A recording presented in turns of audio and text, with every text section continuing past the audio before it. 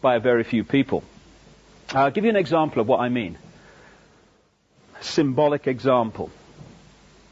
I was down south in England, I don't know, 2 or 3 years ago now, and across this great area of, it was one of these Iron Age hill fort type things, but across it was this vast herd of sheep, hundreds of them. Never seen so many sheep in one place. And it's a nice day, and I'm enjoying the day. And then the farmer arrives in his pickup truck, parks it, gets out of the truck, and I swear to you, I don't think he even moved an eyelid. Stood there against a stick. 1 or 2 or 3 of the sheep immediately react to, it must have been his eyelids, I guess, I don't know, because they're going in the desired direction. Within minutes, it's like Exodus. Hundreds of them are following the one in front, I haven't got mine of my own. We did this yesterday, so we do it tomorrow. I guess we'll do it today and all that stuff. And the few stragglers, and there were remarkably few, who didn't immediately conform to what you might call that bar mentality, they were given the extra dose of fear with the sheepdog. Row, row, row, row. All right, I'll go quietly. This combination of the bar and the fear rounded up this vast herd of sheep in a ridiculously short time.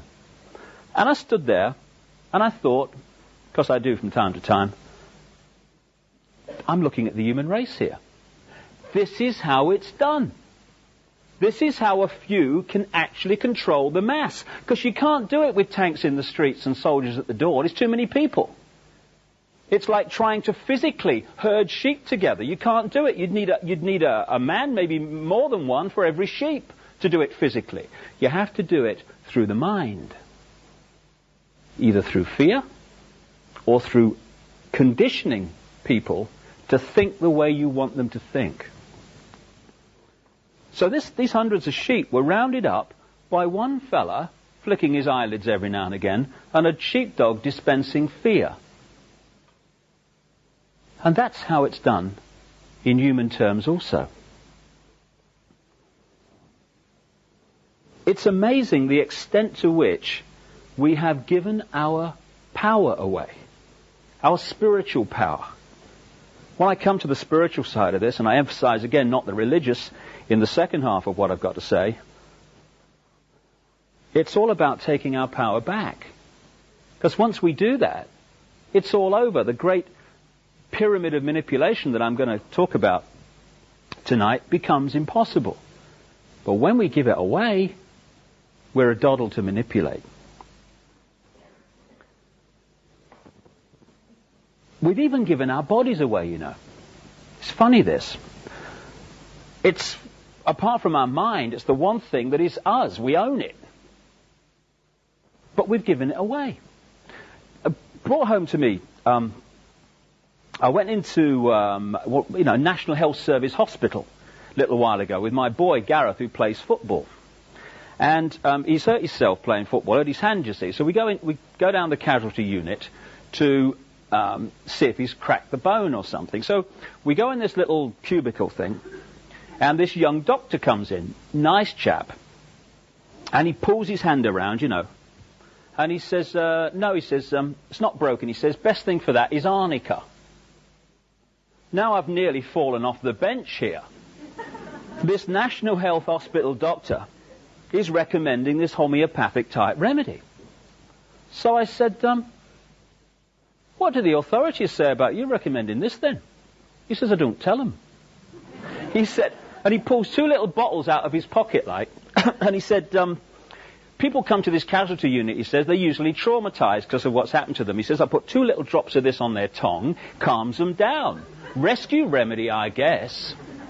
He said, those nurses out in that casualty area, he said, I treat them homeopathically, he said, but I can't treat the patients except on the quiet. Same in America, same in these other areas of the world where they have the same basic system, which is to tell us what we do and don't do with our bodies and how we treat them and how we don't treat them. Because when I was sitting in that unit, that casualty unit with that young doctor, I thought, how many people contribute their money to fund the National Health Service or the Human Debris Processing Unit, which it's fast become, to make it possible for it to continue. Millions and millions of people do that. Every week, every month, they fund the thing. How many people decide that for that money, we will not be offered the great spectrum of healing knowledge going back to antiquity? We will actually be given, in effect, the choice between the scalpel and the drug, which just happen to make vast amounts of money for multinational drug companies, who make their literally billions in profits, not from health, but from disease. How many people decide that? A relative handful. All of them probably linked into the multinational drug company network. It's a great scam, you know. If you control the World Health Organization, you make sure there are statements that the World Health Organization says there's going to be a measles epidemic next year. Get vaccinated. Get your children vaccinated. You're a bad parent if you don't. Then the same people that organize that then start flogging out the vaccine and make a fortune out of it.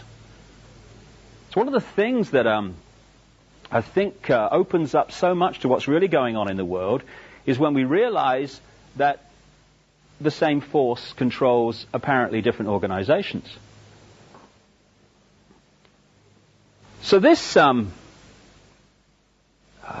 giving our mind away, giving our power away, has actually created the vehicle for the few to control the world. And that vehicle is overwhelmingly what I call hassle-free zones. Call them comfort zones as well. Every dogma, Christian dogma, Islamic dogma, Jewish dogma, economic dogma, political dogma, crikey, you could stay here all night. We're a dogma production line, the human race. Each of those dogmas, and societies in general, are all hassle-free zones. By that I mean there is a very narrow area of acceptable thought and behavior, the norm, which, if you conform to it, you're left alone. You're hassle-free. No one calls you mad. No one calls you dangerous. No one gives you a hard time for the crime of being different, if you conform. If you start to think, well, actually, you know, I've got a mind of my own, and it's a unique mind, and therefore I'm going to have my unique truth and my unique view of me and life and everything, you start to get very dangerously close to the edge of the hassle-free zone, and eventually, if you keep going, you step outside of it. At that point, he's mad, he is. She's, what's strange, she is. He's dangerous, he is. Oh. And most people don't want that hassle. They don't want to be treated like that. So most people, even if they put their toe out there, go, oh my goodness, I'm staying in here. It's flipping hassle out there. So what happens? The mask comes up. You know, you go down any rush hour in any city in the world, London, New York, Sydney, anywhere, and you see all those hundreds and hundreds and thousands of people coming past in the street. They're not projecting to the world what they really are, what they really feel, what they really want to do with their lives. They've got a mask. And it's a mask that says, this is not really me, but this is what I think is acceptable to everyone else, so I can occupy the hassle-free zone.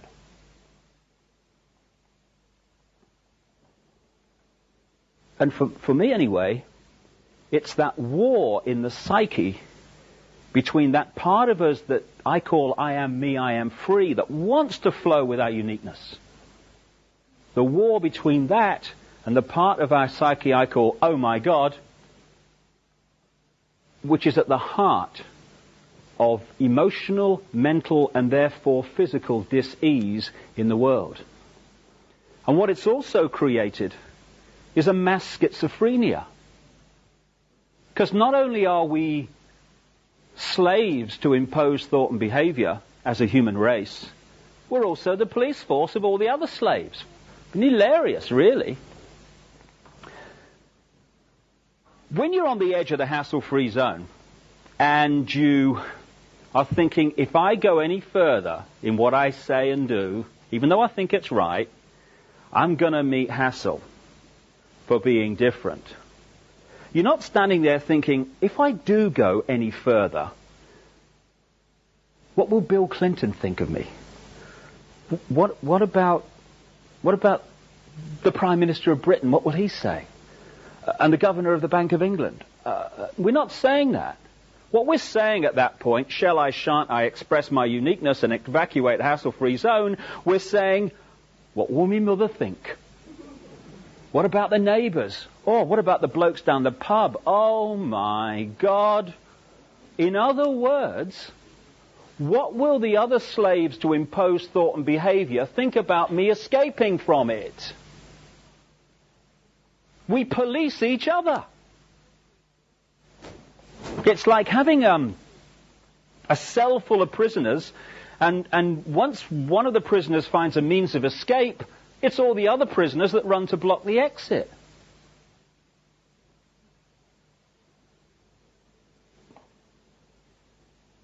We are both the slaves, the prisoners to this imposition, and the police force of it, because everyone seems to be trying to tell everyone else what is right and wrong, what is moral and immoral, what's right for them, what they should do, what they must do, what they ought to do. And as a result of that, we're actually manipulating each other without realizing it. And within this hassle-free zone,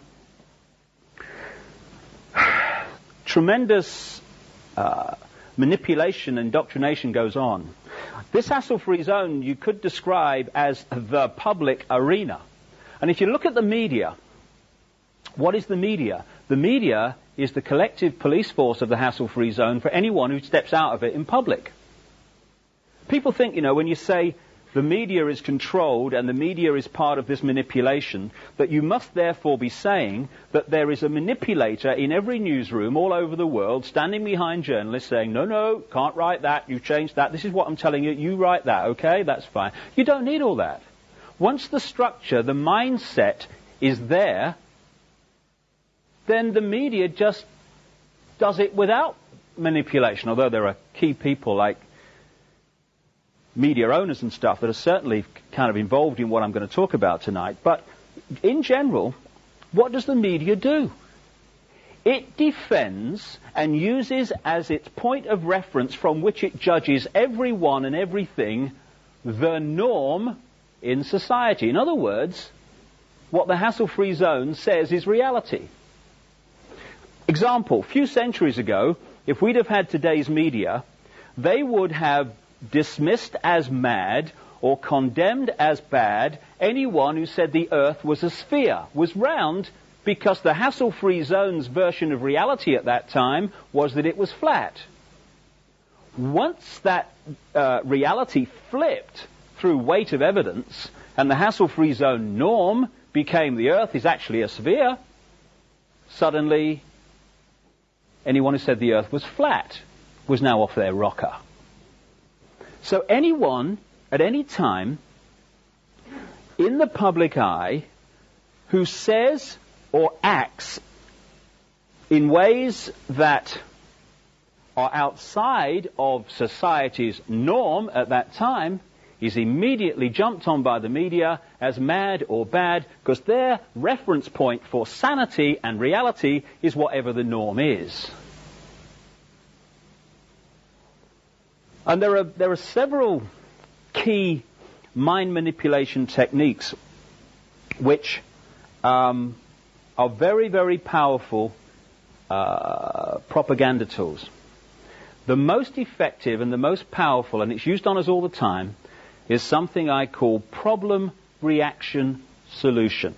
It's a cracker, this one.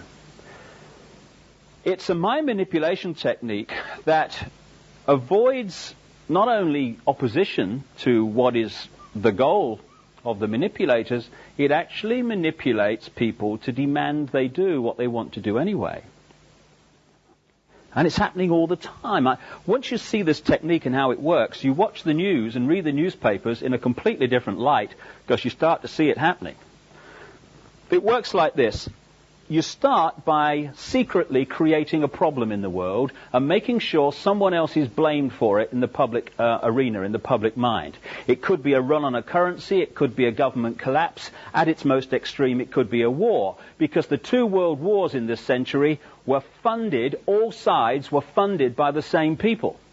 Provable.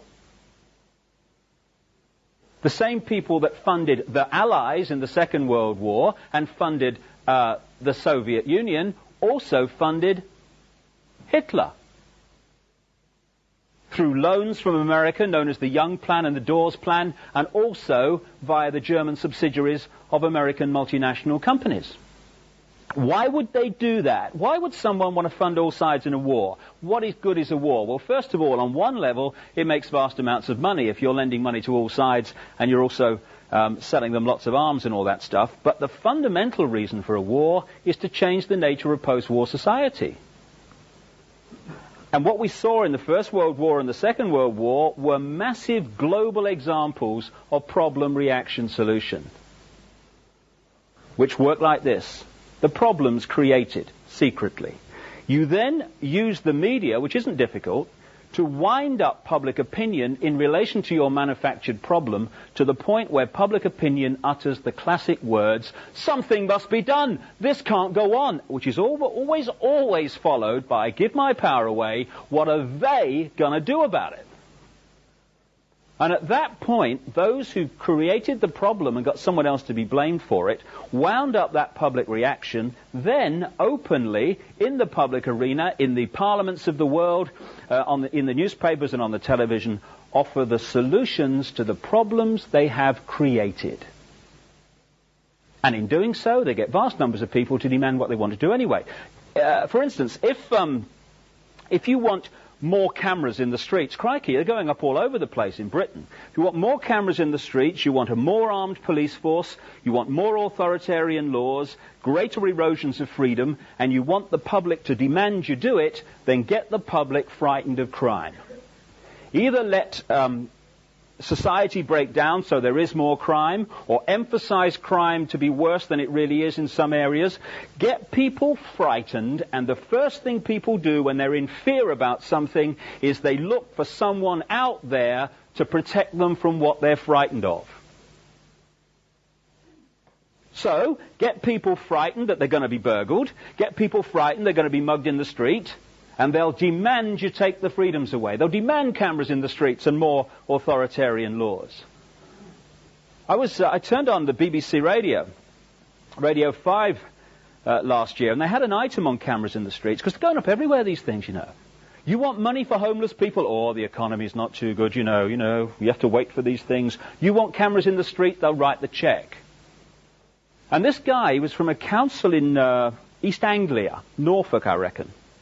And he said, to be honest, he said, crime rates in our area don't justify cameras in the streets, he said, but our people think they do, so we're putting them up to make them feel better. Problem, reaction, solution. And we have a very topical example of that in the last few years, Bosnia. The goal of this manipulation, and has been for a very long time, is to get the world population, or that majority of it anyway, to see as a good idea, or the only option in given circumstances that are manipulated into place, the creation of a one-world government to which nation-states would be principalities, administrative units, a world central bank which would administer all financial transactions on the planet, a world currency which wouldn't be coins and notes, it would be merely electronic, cashless society, for which there are fundamental implications for freedom, as we'll see as we go along tonight. A world army under centralized control, with nation-state armies dismantled under the justification of seeking peace, and a microchipped population linked to a global computer, the latter of which sounds bizarre to many people on first hearing, except that we are ridiculously close to it and the technology already exists. So if we take one element of that under problem, reaction, solution, the world army, and relate it to Bosnia, Under this mind manipulation technique, the last thing you want is for the status quo in Bosnia, whatever it is, to be working. Because then you haven't got a problem and you're in real trouble. So you make sure the United Nations peacekeeping operation is not only shown globally to be ineffective, it's actually severely embarrassed. Problem. The more horrific pictures come out of Bosnia, and my goodness me, they have over the last few years, understandably, the louder comes the public and political reaction. Something must be done. This can't go on. What are they going to do about it? And what has been the solution? A 60,000 strong world army under centralized control, the biggest multinational force assembled on this planet since the Second World War. Exactly what the manipulation requires. And later I'll put forward some more evidence to suggest that that is exactly what the goal of Bosnia is. Starting a war is a doddle. You know, there's no one in this room, I would say, that wants a fight tonight. Okay, fine. But I could go into this audience and I could start a fight with somebody. They would defend themselves. Other people in the audience would come to help them out. Suddenly, an audience that does not want a fight would be chaos, with fists and hands and arms everywhere. Take that to the global level with armies, and starting a war's a doddle. To keep the war going, you need money. Same people control the money. To keep the war going, you need arms. Same people control the arms.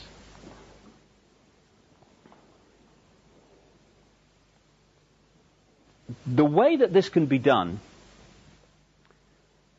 with a very few people, at the peak, that is because if you look at every organization today, be it a university, a school, a government, a secret society, anything, a multinational company, business of any kind, they're structured as a pyramid. The pyramid is the structure of society today. I believe that we're actually moving in this spiritual awakening that's going on now from the pyramid to the circle, which is a very, very different way of people contributing to society. But at the moment we have the hierarchy, the pyramid, which works like this. In any organization, you've got a very, very few people at the peak of the pyramid. That very few people know exactly what that organization's about, what its real agenda is, what it's really trying to achieve. The further you come down from that peak in any organization, you're meeting more and more and more people who know less and less and less and less about what the organization's really about. They only know their part. The CIA call this compartmentalization, keeping from everyone else in the pyramid how what they're doing in apparent innocence links in with what other people are doing in apparent innocence to produce a very sinister pattern. I was talking to a guy who worked for 20 years at the listening station at Cheltenham, GCHQ. And he was telling me that that building is actually structured under this process of compartmentalization. If you work at GCHQ, you have an electronic card which only gets you in that part of the building where you work. You can't get anywhere else. So the only people in GCHQ who know everything that's coming in, how it fits together and what's really going on, what the real pattern is the very, very few people at the top. This is how it works all along. The Freemasons are a classic example of this. When you say that the Freemason secret society is involved, people think that you must be saying that every Freemason wants to manipulate the world to global dictatorship. Utterly ridiculous. Of course they don't. But if you look at the Freemason structure, the vast overwhelming majority of Freemasons in the world, you know, the ones that go down the local lodge and roll their trouser leg up and show their left thing or whatever, you know. Strange. I've always wanted to do that. It'd be a bit of fun. They never get higher than the bottom 3 levels of degree, the overwhelming majority. But in the Scottish rite of Freemasonry, which pervades much of world politics, particularly in America and other areas, there's another 30 degrees above that to the 33rd degree, which the vast majority of Freemasons never get near. And there's another 13 levels not officially accepted to exist, which some people call Illuminati degrees, which at that level, the Freemason secret society is in a different universe to the part where the vast majority of Freemasons exist, right down here. Compartmentalization. This is how it works. So every one of these institutions that control the direction of the world and our daily lives is a pyramid. The banking system is a pyramid. You go into the local bank, the person you meet across the counter won't even know what's going on in the bank manager's office behind them, let alone what's going on at board level and higher. I met a guy only last weekend who'd been in the bank. He's retired now, but he worked for a big British bank, and he worked to a very, very high level in it. And he heard me speak, and he came up to me afterwards, and he said, it's right, He said, because I got very, very high in this bank, but there is an echelon above where I got that no one can get unless they are chosen by this elite few. So the banking system is a pyramid going to a peak. The intelligence agency network in the world is a pyramid going to a peak. At that peak, all the major intelligence agencies, British intelligence, Mossad, the CIA, all these around the world, they're the same organization. Not here, but here they are. The multinational company network is a pyramid. So is the global media, and so on. And there is a global pyramid within which all these work, in which the peaks of all these individual pyramids, banking, business, media, etc., fuse into one peak. And up there, it's speculated by many people, there perhaps may be no more than 13 families, 13 people at the peak, pervading down through these different levels the same basic policy, which is pushing the world towards more and more centralization of power. And within this global pyramid are a series of organizations which, from my experience anyway, most journalists will never have heard of. But working together, they form the core of the secret government of the world. And this is operating well above the level of the Clintons and the Majors and the Coles and so on. Indeed, they are manipulating events to make sure that their people get into positions of power. There is this cozy little myth that is perpetuated between politicians and the media. Politicians walk the world stage as if they are the final arbiters of power in the world. So when a president speaks, the cameras run and it's flashed around the world, prime ministers and such like. The media report the world as if presidents and prime ministers are the final arbiters and decision makers in the world. Which means that the people above the level of presidents and prime ministers that really make the decisions, they're never looked at or exposed by the mainstream media because they're not accepted to exist. And yet, who decides who becomes president of the United States? Or even runs for president? Those who control the money, cuckoo land it is to run for president, and those who control the media. Same people control both. But they decide not only who runs for the Republicans, they decide who runs for the Democrats as well, and so it is around the world. This group of organizations began to be created after the establishment of a secret society in Britain, because Britain's been a real center for this. A secret society called the Round Table, involving a guy called Cecil Rhodes, after which Rhodesia, now Zimbabwe, was named. In 1919, the Versailles Peace Conference, the American members of this Round Table Secret Society, who just happened to be, merely coincidental of course, the main players behind the American government that went in and fought the First World War, met at the Hotel Majestic in Paris with the British members of this secret society, which, yet another coincidence, just happened to be the key members of the British war cabinet in the First World War. And they decided to start to create offshoot organizations which, working together, would constitute the secret government of the world, or a big chunk of it. The first of these organisations was set up in London in 1920, called the Royal Institute of International Affairs, also known as Chatham House. Again, these organisations are pyramids, with most people involved in them not realising the real agenda. And all these organisations are projected at the world as this term that's emerged over the last 20 years, think tanks, debating organisations. In 1921 came the next in these organisations. The American version of the Royal Institute was known as the Council on Foreign Relations. Now, since 1921, virtually every president of the United States has been a member of the Council on Foreign Relations. The Royal Institute of International Affairs works to control British domestic and particularly foreign policy. Don't matter who's in, Labour or Conservative, same people run the show, which is becoming more and more obvious. And the Council on Foreign Relations in America is there to control and manipulate American, particularly foreign policy, but other policies also. After the Second World War, when we had more centralisation of power, because we've had 2 wars in this century now, something must be done, this can't go on, what are they going to do about it? After the First World War, the world was more centralised in terms of power. After the Second World War, it was even more centralised. That was the game, that was the idea, the goal.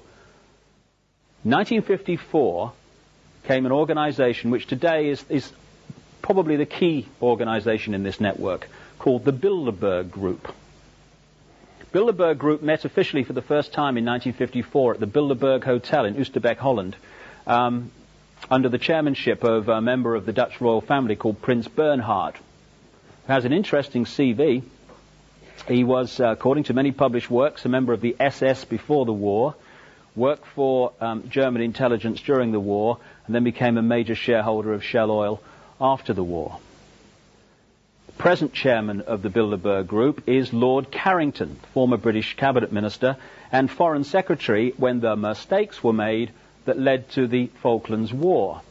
He resigned as the result of those mistakes and was given the job as Secretary General of NATO. Nice work if you can get it. Lord Carrington and his buddy, Henry Kissinger, come up everywhere. They are 2 of the super gophers of this manipulation. They're not top of the pyramid people necessarily, though Kissinger is up there. They are people who go around manipulating into place the policies decided, playing one off against the other and such like.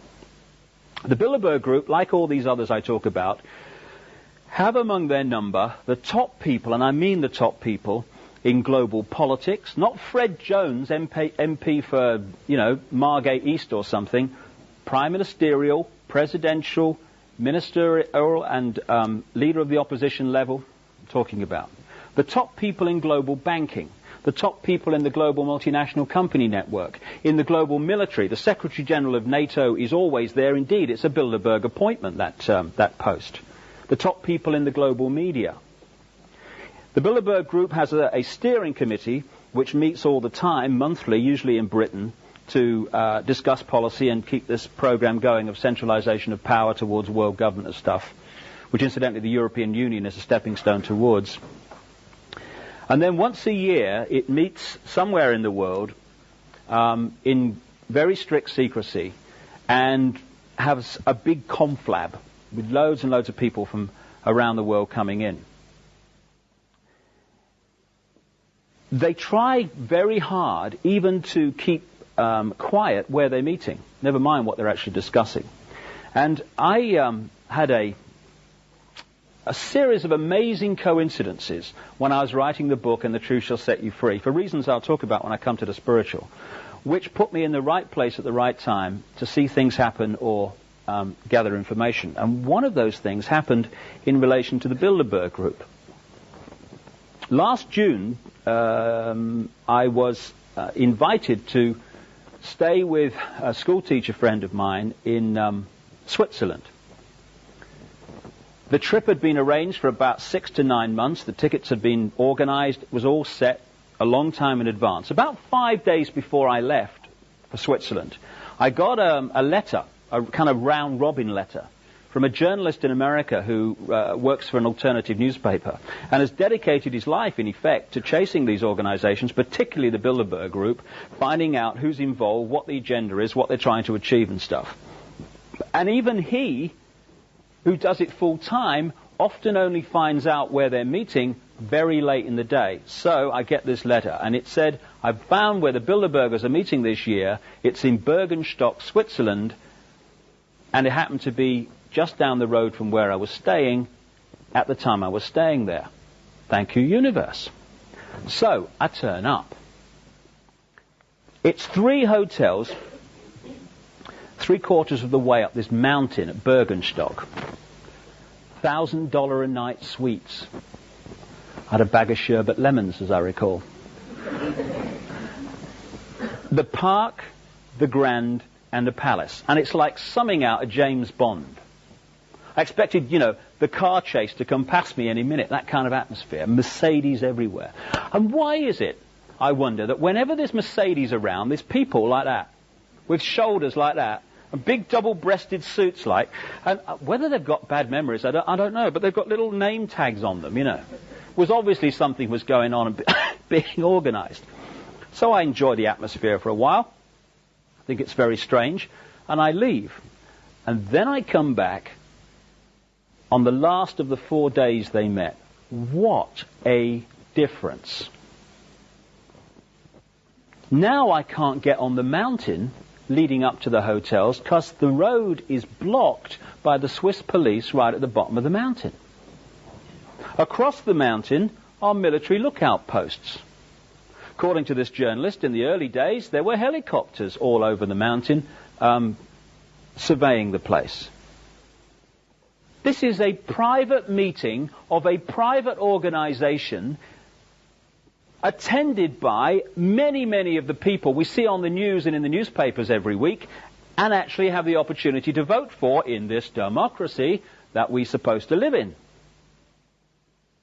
Incidentally, one of the great myths I feel we need to get over is the fact that democracy is freedom. No, it's not. It's a con trick. 50 people telling 49 what's going to happen in their lives is not freedom. Or in our electoral system in Britain, about 35 telling the rest what's going to happen is certainly not freedom. But freedom and democracy have become interlinked, so one means the other. So we're in a democracy, we are free, so we accept it, when we're actually in a tyranny.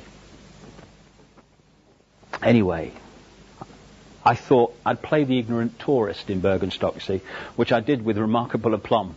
So I come up to the roadblock light, and this Swiss policeman comes over. I knew he was a Swiss policeman because on his back it said Swiss police. My observation is, my powers of observation are unbelievable that day. This is a nice man I'm talking to here, spoke very good English. And I said to him, look, I came here the other day and I went up there, what's the problem today? It was very obvious he didn't know exactly what was going on, but I remember what he said. He said, it's top secret, no one up there before 5 o'clock. After that, you'll be able to go back to the hotels. Last day it was. 2 things occurred to me. One was the irony that I could have told this guy what was going on up there, and many of the people that were up there, because they're always there, Lord Carrington, Henry Kissinger, David Rockefeller, of the Rockefeller Empire, which is fundamentally involved in all this. Representatives of the House of Rothschild, also fundamentally involved in this. And many of the other key people, like Agnelli, the head of Fiat, and people like that. The big players in the world banking, political, and business network. The other thing that occurred to me is that I was looking into this policeman's eyes, and I was looking at compartmentalization. Because, as I say, this was a nice man. He probably had children and grandchildren. He doesn't want to leave them some global tyranny. But he doesn't know what he's defending. What has he been told? Top secret meeting, no one passed here till you're told. That's all he knows. So although he doesn't want to leave his children, not all of the people up there, because some of them are manipulated too, but what the core of that organization wants to leave his children, he doesn't want to. But he doesn't know what he's defending. So on that one afternoon, he's keeping from the public eye some of the people that wish to leave his children exactly that. We had a situation in Bergenstock where the secrecy was so fierce for a private organization, a think tank, that they brought them in by private plane to a military airfield at the bottom of the mountain, and then flew them behind the security cordon in helicopters. Even drive them up there.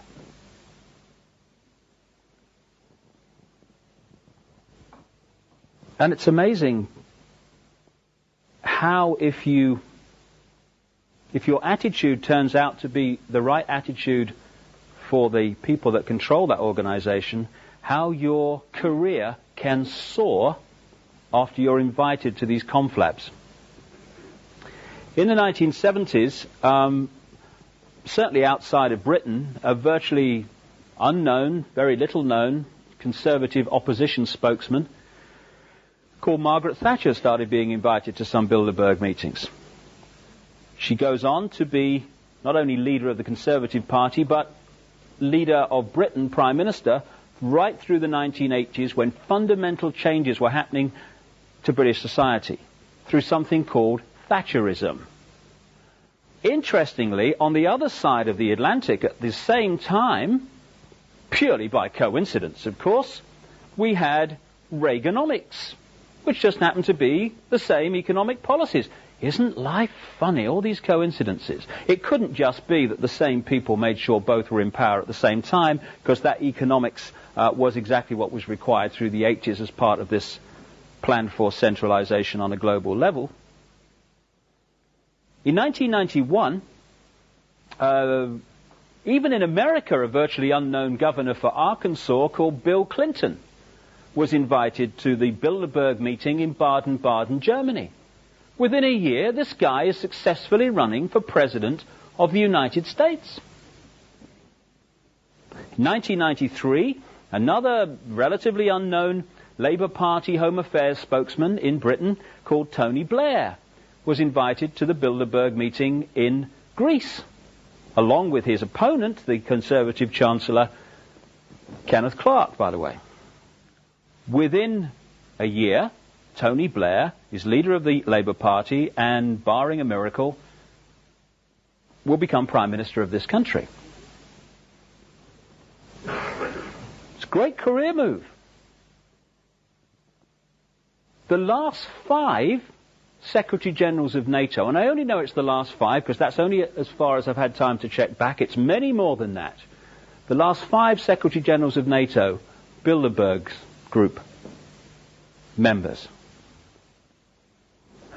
Manfred Werner, Joseph Luns, Lord Carrington, Willy Claes. The present one, Javier Solana, Bilderberger. And indeed, when they were discussing who was going to be the new Secretary General of NATO, it was between 3 people. Javier Solana, Bilderberg Group, Uwe Ellemann-Jensen of Denmark, Bilderberg Group, and Ruud Lubbers, the former Dutch Prime Minister, Bilderberg Group. The head of the World Bank and many of his predecessors, James Wolfensohn, the World Bank, whose investment policies in what we call the Third World have created human and environmental mayhem for decades, Bilderberg members. And one of the big Bilderberg policies since 1954, indeed before, 54 was when it became official, has been, wait for it, the creation of a European superstate with one central bank, one currency, centralization of political power, and encompassing the former Soviet Union. Who is the biggest voice in Europe today saying we must not fall behind the time scale for the central bank and the currency in Europe? Chancellor Kohl of Germany, long-term Bilderberger, as were many of his predecessors as Chancellor of Germany. Who took us into Europe? Edward Heath, Bilderberger. Who supported him from the Labour side? Harold Wilson, Bilderberger. Roy Jenkins, Bilderberger. Dennis Healey, long-term Bilderberger. Was at the first meeting in 1954. Who supported going into Europe and staying in Europe from the liberal, the third party perspective? Joe Grimman, Bilderberger. David Steele, Bilderberger. Paddy Ashdown, Bilderberger.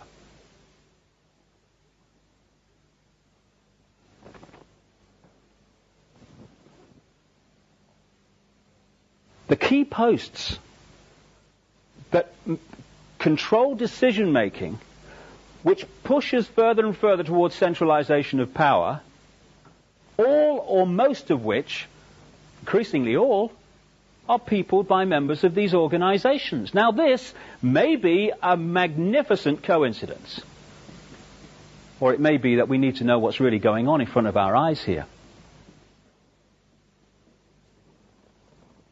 The last of these organizations I'll mention briefly is called the Trilateral Commission. Because of its name, as its name would suggest, it's there to coordinate the same manipulation between three parts of the world: America, Europe, Japan. It was set up in 1972-73 by David Rockefeller, one of the key men behind the Bilderberg Group and the Council on Foreign Relations, and a guy called Brzezinski, university guy, was in the Carter administration. And the Carter administration is very relevant here because the Trilateral Commission is a very good example of how you can manipulate events with all these organizations working as one, because many people are actually members of a number of them at the same time. The first goal of the Trilateral Commission in 72-73 was to put one of its members in the White House as President of the United States as soon as possible. It managed it at the next election, when Jimmy Carter became President of the United States. The Carter administration was like a who's who sports and social club annual outing of the Trilateral Commission, an organization that had been going for about 3 or 4 years at the time. Walter Mondale, Vice President, Trilateral Commission. Secretary of State Cyrus Vance, Trilateral Commission. National Security Advisor, a key post in America, this guy Brzezinski, who actually helped to set up the Trilateral Commission. And from there downwards, the Carter administration was awash with members of the Trilateral Commission and the Council on Foreign Relations. Now, because we have choice, because we live in the land of the free, people then replaced the Democratic Carter administration with the Republican Reagan-Bush administrations, which were also awash with members of the Trilateral Commission and the Council on Foreign Relations. And then the Republicans were replaced by the Democrats, because we have free elections. And Clinton Democratic administration is awash with members of the Council on Foreign Relations and the Trilateral Commission. I'll tell you what it's like. In the high streets of Britain, there are 2 electrical retailers called Currys, and their opponents, Dixons. So, some people go into Dixons and they say, I had a bad time at Dixons, you know, I don't like them. I'm going to go to Currys and give them my money, I am. They're owned by the same people. The 2 major roadside restaurants in Britain, Happy Eaters and Little Chefs, owned by the same people. The competition is actually an illusion. Different name above the shop front, same people with their hands on the wheel. That's what happens in global politics.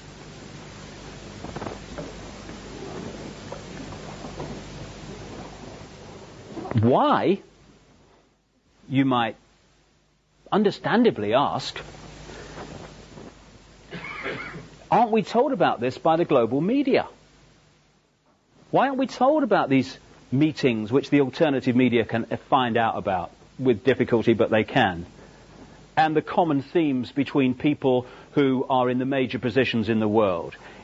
How people from apparently different sides in politics who argue in public are actually attending the same meetings of organizations with a proven agenda of world government, world central bank, world army, world currency, microchip population. I offer this as a possibility. Maybe, just maybe, we don't hear about the Bilderberg Group and its attendees in Telegraph newspapers in Britain because Telegraph newspapers are owned by something called the Hollinger Group, which is owned by a man called Conrad Black, steering committee member of the Bilderberg Group. Incidentally, two of the people on his board of directors are Henry Kissinger and Lord Carrington.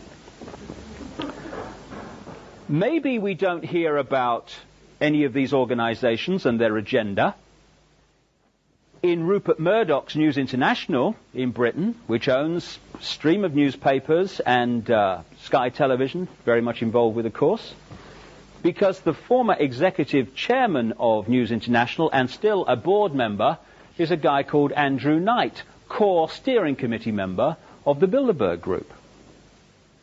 Maybe in America they don't hear about any of these organizations in one of their most influential newspapers, the Washington Post, because the Washington Post and a great long stream of other organizations and publications are actually owned by Katharine Graham, who's owned the Washington Post going back to Watergate and beyond, where they were very much involved, of course, in removing Nixon, because Katharine Graham is a member of the Council on Foreign Relations, the Bilderberg Group, and the Trilateral Commission.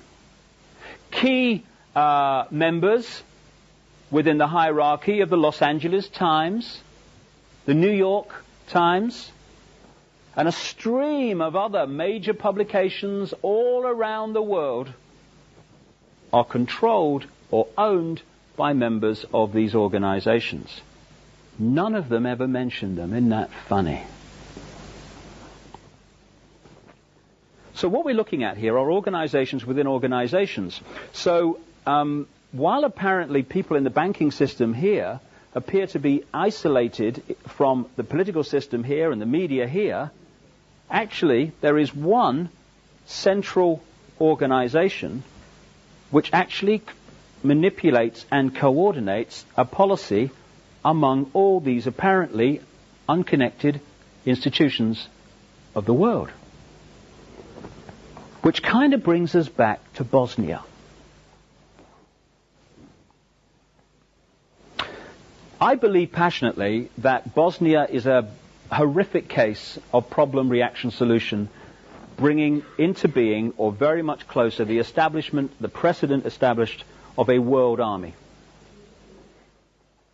Interesting, therefore, to look at the major peace negotiators in Bosnia appointed since that horrific conflict began.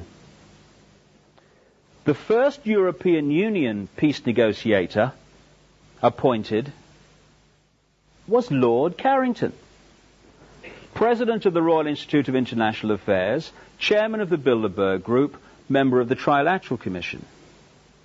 He was replaced as European Union peace negotiator by Lord David Owen, Bilderberg Group, Trilateral Commission, who was replaced by Carl Bildt, former Swedish Prime Minister, Bilderberg Group. At the same time that they were working on behalf of the European Union in Bosnia, the United Nations peace negotiators, who were working with them, very close with them all the time, were Cyrus Vance, Bilderberg Group, Council on Foreign Relations, Trilateral Commission, and he was replaced by a Norwegian, Thorvald Stoltenberg, Bilderberg Group, Trilateral Commission. When they failed to achieve peace, out of the blue, amid worldwide publicity, came an independent peace negotiator, Jimmy Carter, first Trilateral Commission President of the United States, Council on Foreign Relations member. Then came the group of people who negotiated the so-called Dayton Agreement, which led to the World Army situation. These were Bill Clinton's peace envoy, Richard Holbrooke, Bilderberg Group, Trilateral Commission, Council on Foreign Relations. He answered to the Secretary of State, Warren Christopher, Council on Foreign Relations, Trilateral Commission, who answered to Bill Clinton, Bilderberg Group, Council on Foreign Relations, Trilateral Commission. The World Army in Bosnia is now commanded by Admiral Leighton Smith, Council on Foreign Relations, and the civilian part of its operation is headed by Carl Bildt, Bilderberg Group. we are looking at a gigantic con-trick before our eyes. We don't live in a democracy in this country or in America and these other places. We live in a one-party state where the same force from the peak of the pyramid string pulls all sides.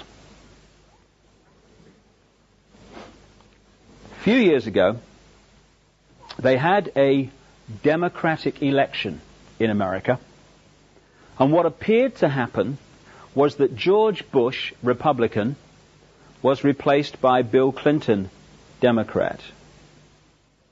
But what actually happened? George Bush, Council on Foreign Relations, Trilateral Commission, 33rd degree Freemason, funded by the Rockefellers, was replaced by Bill Clinton, Democrat, Council on Foreign Relations, Bilderberg Group, Trilateral Commission, 33rd degree Freemason, funded by the Rockefellers. We're free, honey. Play the national anthem. One-party state. Different names above the shop fronts, same people control whatever. Which is why, as we all say all the time, it doesn't matter who you gets in, they still do the same. Of course they do. Because the same people are string pulling the whole show. Nothing for me sums up the scale to which we have conceded our power to control our own lives than the world financial system. I love this one, me. Now, one of the great diversion techniques that's used upon us is to make very simple things, which the world financial system is, sound ever so complicated. So what we have almost every night on the news, we have economists wheeled in front of television cameras, surrounded by computer screens, talking in a language we don't understand. I think it's the Chancellor's M3 policy. I thought the M3 was a motorway. I don't know, something to do with money, apparently. I don't know. It's the public sector borrowing requirement. And so they go on. Oh, God, it's boring. What's on the other side, you know? And so we switch off, understandably. And yet, the world financial system is as simple as can be. It can be summed up in one short sentence. You lend people money that doesn't exist, and you charge them interest on it. That's it. Everything else comes out of that. This world is up to its neck in debt on money that has never, does not, and will never exist. And we stand for this. And the great prison that the human race lives in, as I'll come to in more detail when I look at the spiritual reactions to this, is the fear of what other people think of them. That's the prison we live in. That's the great limiter of our potential. Alongside that, when you ask people, why aren't you really doing what you really want to do with your life? Invariably they say, because I've got to pay the mortgage, mate. Understandable. So, the more you can get people, businesses and governments in debt, the more you can artificially inflate the cost of the basics of life, the more you are pressurizing people to serve your system, be a robot and a clone of it, so that they can earn the money to pay for the basics of life. This is why the world financial system has been designed as a prison. Banks are lending, as a matter of course, £10,000 and more for every £1,000 they actually have deposited. If everyone went to the banks tomorrow and took out what they theoretically have deposited there, the banks would be bankrupt so many times it'd be in the Guinness Book of Records. They haven't got it. So when we take out a loan, well, please tell me, Mother, this is not true. They type in to your account the amount you've flipping loaned. That's all they do. From that moment, you start paying interest on money that doesn't exist. People say, why is the American government trillions and trillions of dollars in debt? Ridiculous. How could it possibly do that? Very simple when you see how it works. And this is how it works around the world as well. One transaction in one day in America. The American government wants to borrow, say, $1 billion more than it's actually taken in taxation. Now it's the government. It could actually print its own money interest-free if it chose to. But of course, if it did that, you're removing massive amounts of power from the global banking system, which is controlled by the same people that decide who's going to be president of the United States. So they don't print their own money interest-free. They issue an IOU to a cartel of private banks known laughably as the Central Bank of America, known as the Federal Reserve System. The Federal Reserve System is supposed to be the Central Bank of America. It is a cartel of private banks. The present head of the Federal Reserve is Alan Greenspan, Bilderberg Group, Trilateral Commission, Council on Foreign Relations, who took over from Paul Volcker, who was there at the time of Reaganomics and Thatcherism. Paul Volcker, Bilderberg Group, Trilateral Commission, Council on Foreign Relations. You get the picture. So they issued the government an IOU to this cartel of private banks for $1 billion. The banks then type into the government's account $1 billion. That's all they've done. From that moment on, the American taxpayer, via the government, starts paying interest on $1 billion. Not only that, this IOU is now legally counted as an asset of the banks as if they had $1 billion in their hands. So now they can lend another $10 billion to anyone else that wants to borrow it on the basis of this non-existent money. Now they're lending and getting interest on $11 billion, not 1 cent of which has ever or will ever exist. And we stand for this. I hear people arguing that, oh God, it's got to be like this or the system would collapse. Good. Good.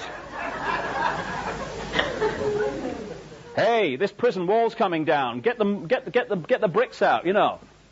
Do a few repairs, you know. I might be getting out of prison here. Perish the thought here. Now, this is not just naval contemplation. This is very, very important to our everyday lives. Because if you take one product, say a food product, and you look at how this system affects the price of it, the farmer growing the food in the field to start with will be borrowing money that doesn't exist and paying interest on it. So the price he charges will have to reflect the fact that he's got to do that. So in effect, what he does costs more. Same with the transport company from the farm to the factory. Now, the factory that's processing the food will be, no doubt, borrowing vast amounts of money that doesn't exist and paying interest on it, and its cost and its price will reflect that. Same with the transport from the factory to the shop, same with the shop. So by the time we put our hand up on the shelf and pull the product off, the cost of that product is massively inflated compared with what it needs to be, because everyone along the line in its production is having to add a little bit to pay interest on money that doesn't exist.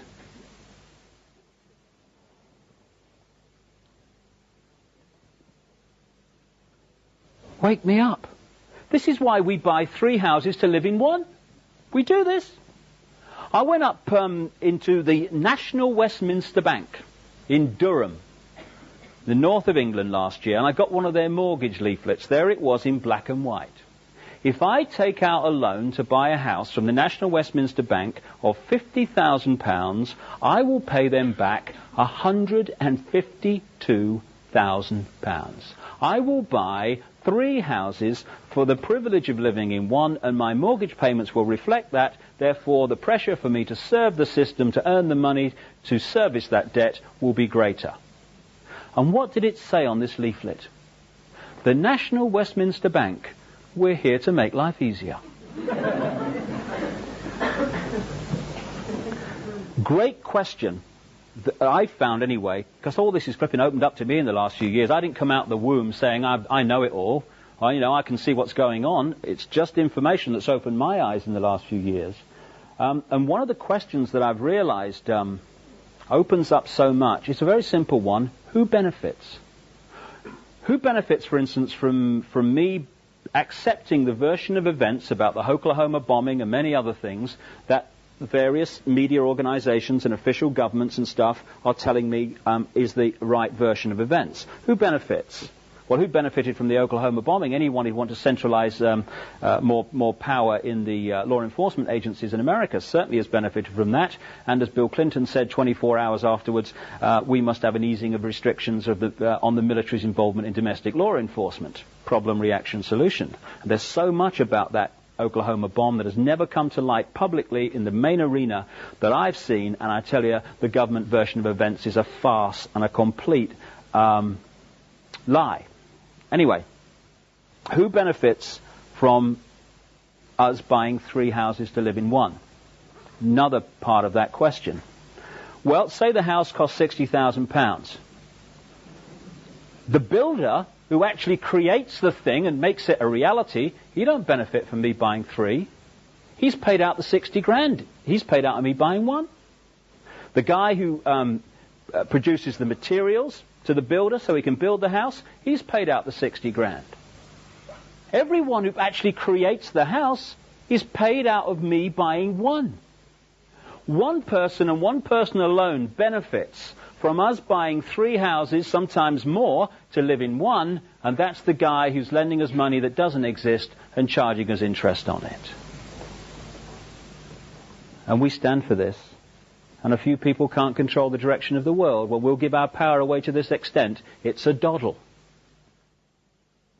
Interestingly, 2 presidents of the United States in the history of that country have suggested and in some small way begun to introduce interest-free money that wasn't borrowed from the banking cartels and interest paid on it.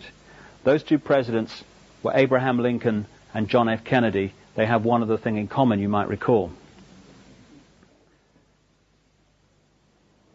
But perhaps the most grotesque aspect of this whole nonsense of interest on money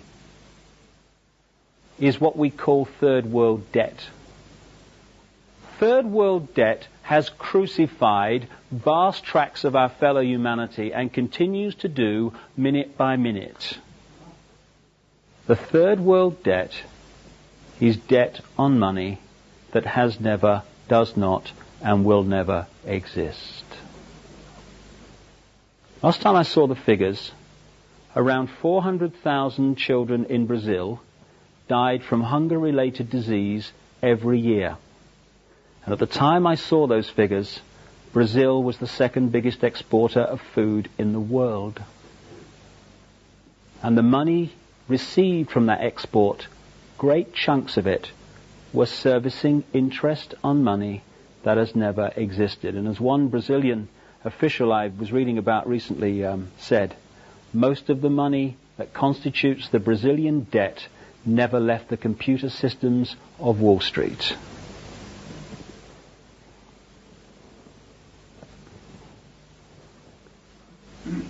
My God, it's time for a turning of the tide.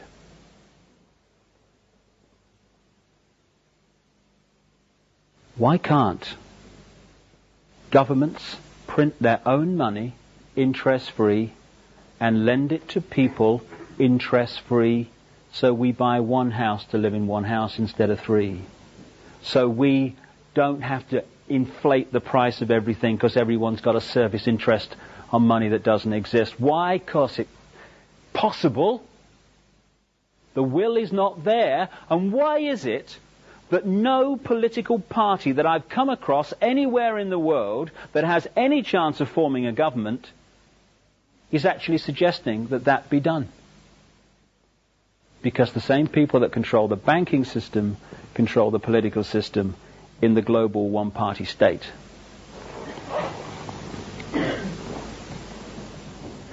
There's one other thing I'll talk about before I look at solutions, which are very simple.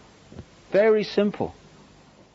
And that's the microchipped population. That's the one that probably sounds most bizarre, as I said earlier. But it is so close. We're already microchipping domestic animals as a matter of course. The Queen's had the corgis done. Did you see that? Last year, She's had the corgis microchipped and linked to a computer. Prince Charles next, you watch. Sort him out. Funny.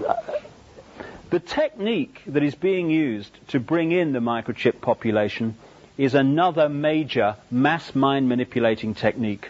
I call it the stepping stones technique. And a very good example of that is the European Union and what they have in America, the North American Free Trade Agreement, which is a free trade area, which is where the European Union started out, if you recall, and also what's happening in another free trade area in the Pacific Australia area known as APEC. The idea is to have the world government, and the bank and all the rest of it, and the next stage down from that will be the European Union, the American Union, which will be this North American free trade area, right the way through the Americas, from North to South America, in an American version of the European Union, and a Pacific version of it. They will be the three next stages down from the world government. And the stepping stones technique is how they're being introduced. If you take the European Union, if you started out at the end of the last war, and what we're heading to now had been suggested, one bank, one currency, centralized control of a superstate. Understandably, I know what my father would have said, who fought in that war. Excuse me a minute, can I just have a quick word here? We've just spent the last 5 years with 55 million people killed and many more severely injured to stop that happening. And you're asking us to do it without a bullet being fired. You must be joking. Go and have a cup of tea. So, what the stepping stones technique does, although it knows where it's heading, it does it in stages. It gets away with what it can get away with first of all, and then starts to move it along, and it presents every step as independent of all the others, so you don't see the pattern. So what was suggested after the last war, not a European superstate, because that had no chance at that time, it was the common market, just a free trade area, ladies and gentlemen, nothing to worry about. And by the way, if we don't join, we starve. Little problem like that, you know. Well, we'd better join then, I guess, you know. So, suddenly, some of the states of Europe start to fuse their economies together in a free trade area. Now we're in the web. Because it's suggested very strongly that if anyone pulls out, there will be economic chaos, certainly in the short term. So now we're in the spider's web. So the process then starts of evolving a free trade area into a European centralized superstate. And first we start having commissions which start dictating to nation states. Then we have talk about the central bank. And interestingly, you know, one of the things that was put forward to justify the one currency was the currency chaos in Europe. Like when the pound fell out of the European monetary system after the government had spent a colossal fortune trying to keep it in there a few years ago. Well, you know, this currency chaos, one currency would sort this problem. Interesting, therefore, that the person who attacked the pound and caused that chaos was a frontman for the House of Rothschild called George Soros, a world currency speculator. George Soros, Bilderberg Group. The Chancellor at the time, who spent all that money and eventually pulled the pound out of the monetary system of Europe, was Norman Lamont, Bilderberg Group. Now, when I was talking in Sweden just a few weeks ago, I was talking about this, and some member of the audience in Sweden came up and said, I couldn't believe it when you mentioned that guy, George Soros. He said, what happened in Sweden, he said, was before we went into the European community, all the opinion polls were very strongly against going in. He said, then this guy, George Soros, Bilderberg Group, started attacking the Swedish currency. The Swedish government tried to defend the currency under the prime ministership of Carl Bildt, Bilderberg Group, and eventually chaos ensued.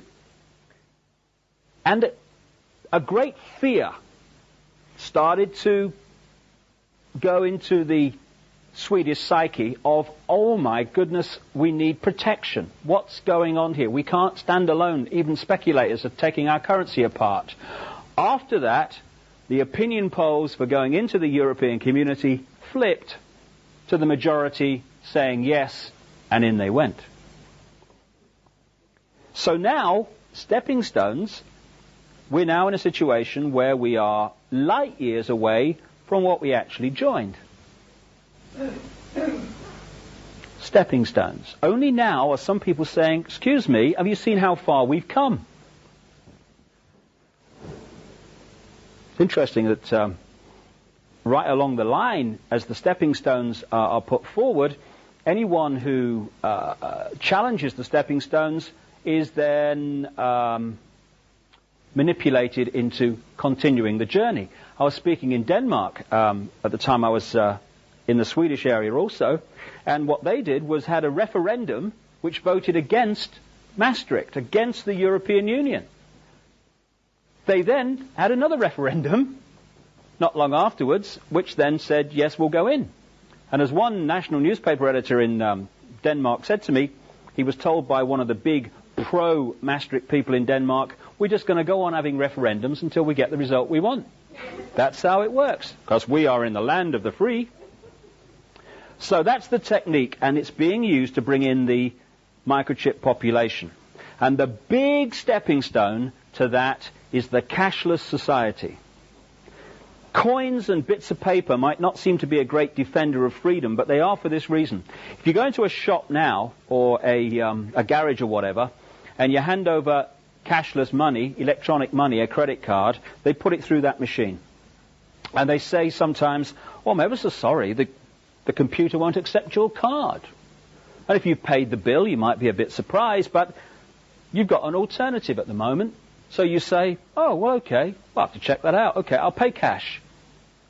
What happens when there's no cash and that computer says no to electronic money, your credit card or the microchip that is planned to replace it? Suddenly, the computer is deciding, or whoever programs it, what, where, and if you purchase. That's the idea.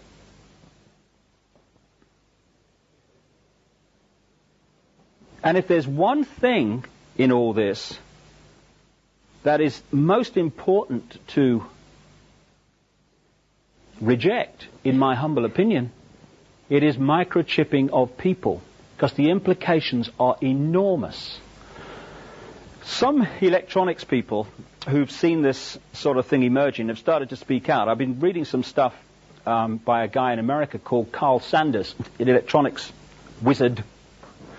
And he's pointing out that, in fact, he's talking himself about his own experience of attending meetings in America and Europe, attended by Henry Kissinger and the CIA, into microchipping of people.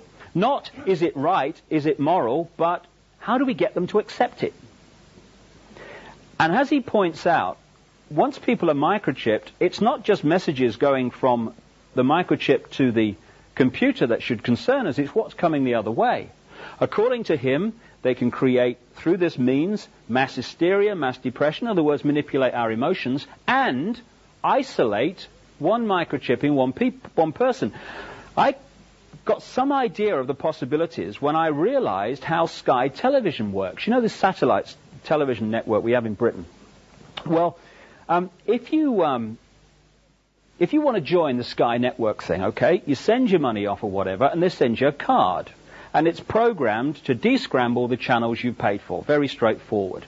But if you want more channels than you've paid for once you've got the card, you would think, well, I did anyway, that you would send them more money and they'd send you another card programmed to descramble the channels you want added to it. No, no. What you do is you pick up the phone and you ring their number. It's in Scotland, I think. And they say, okay, what channel do you want? Oh, I'll have that second movie channel, mate. Thank you very much, yeah. And they say, okay, put your television on the channel that you want, all fuzz, scrambled. So while you're still on the phone, they say, Okay, just tell me what's happening to your screen. Only the channel appearing before your eyes, that's all. So I thought, how do they do that?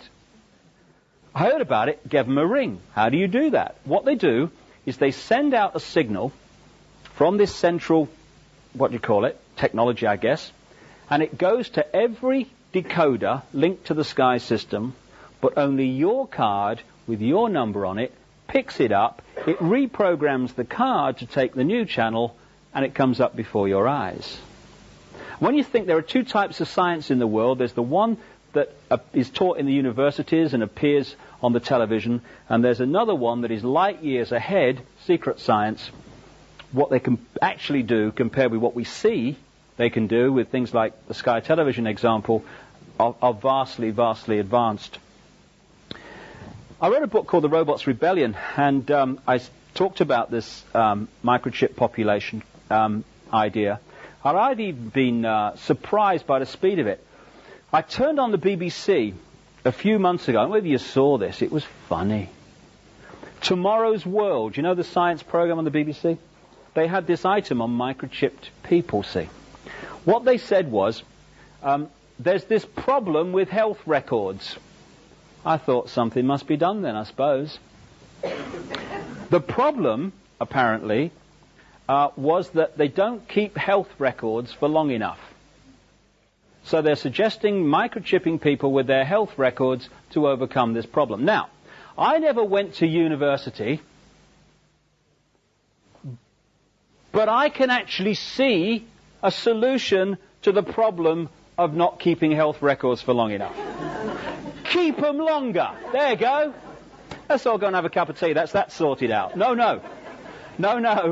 that's too simple. We've got to microchip people. The other thing they said was that doctors would like to have access to medical records if people have an accident. So microchip them. So, takes things on. I don't know about you, but when I was a kid, my mother was always saying to me, "You have clean underpants on now, Dave, you might have an accident." You ever get some of that? Yeah. My mother's worst nightmare was not me having an accident so much as me having an accident with dirty underpants on. That was her worst nightmare. But all these years later, we've moved into the modern world. Now it's, you make sure you're microchipped, Dave, you might have an accident.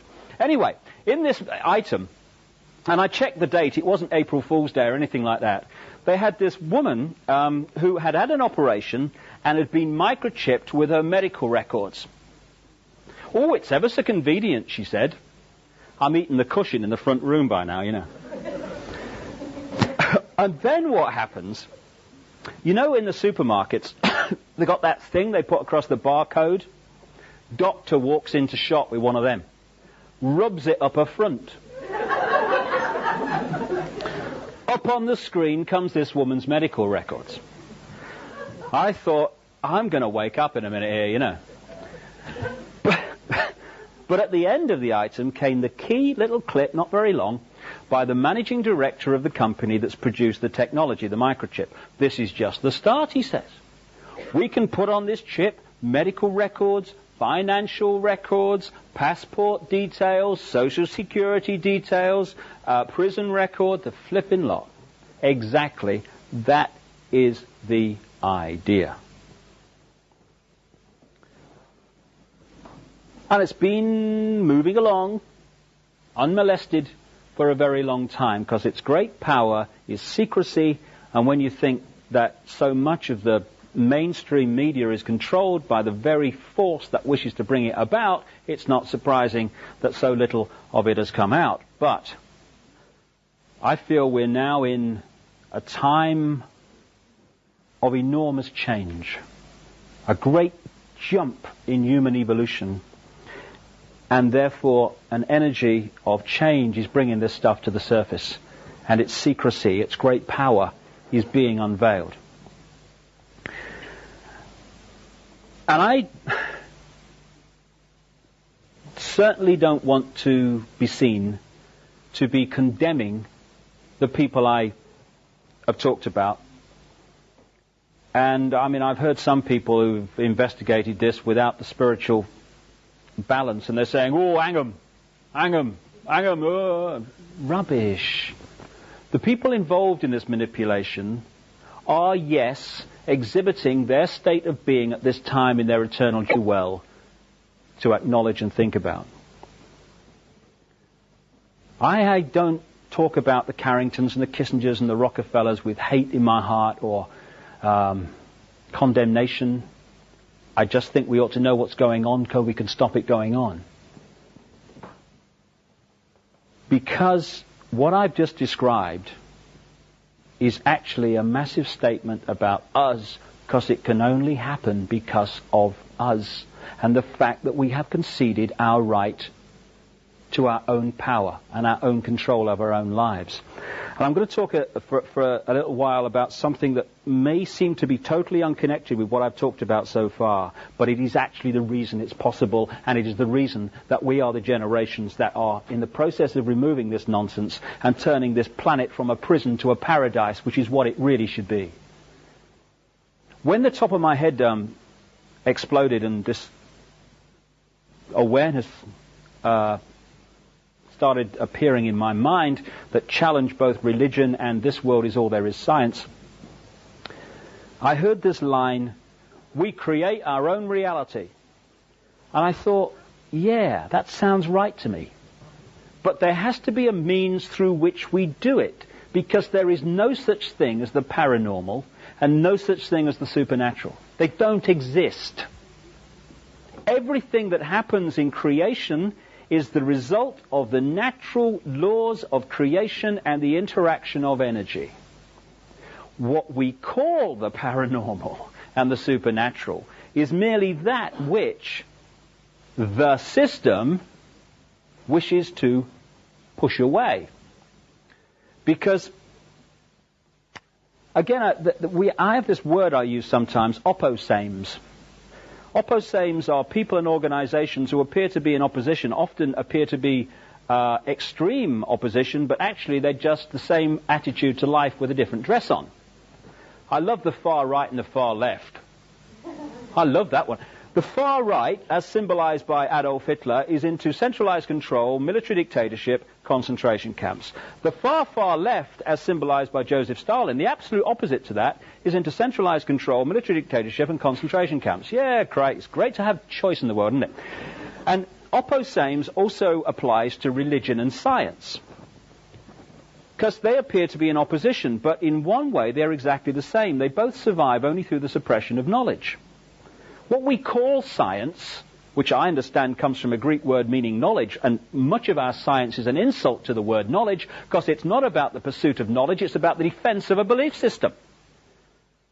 You know, it's just another religion, science. Instead of having the dog collar and the long gown, they have a white coat on. It's still the religion. Open-minded science, now that's different. That is in pursuit of knowledge. And more the spiritual and the open-minded scientific are speaking the same language, and that's the way we're going in this decade and beyond. But at the moment, mainstream science is defending a belief system. So it has this law of physics on which it's all based. And this law of physics says, this world is all there is, we're a cosmic accident heading for oblivion, life's a bitch and then you die. Cheers, that's great news. Yeah, thanks a lot, mate. Yeah, it's really good, that. So, anything that is experienced by people outside of this has to be explained away. Now, it could be explained away by the fact the laws of physics, as we have come to be told about them, are actually fundamentally flawed. But no, hold on. Them physics, they pay my mortgage. They give me my status in life. You know, they give me my credibility. I've been saying all my life that's how things are. I mean, so therefore I've got to explain that away, because all these people keep having near-death experiences and out-of-body experiences and stuff. So, do you know I've got it? It's the paranormal. It's the supernatural. It's as natural as the air we breathe. And it's in that area, I believe, that we find how we create our own reality, and through that create the reality I've been talking about so far tonight. For me, an increasingly open-minded science, everything in creation is the same energy, and energy is consciousness. They are the same thing. So the energy that is our minds and our emotions and us is the same energy that is every blade of grass and every insect and every tree and every breath we take. every drop of rain. Just as water, clouds, and ice are the same substance in very different states of being, so everything that exists in creation is the same energy consciousness in different states of being. We are like droplets of water in an ocean of consciousness, unique and individual, yes, but together forming the whole. We are each other. I am you, you are me, I am everything, and everything is me, same with everyone.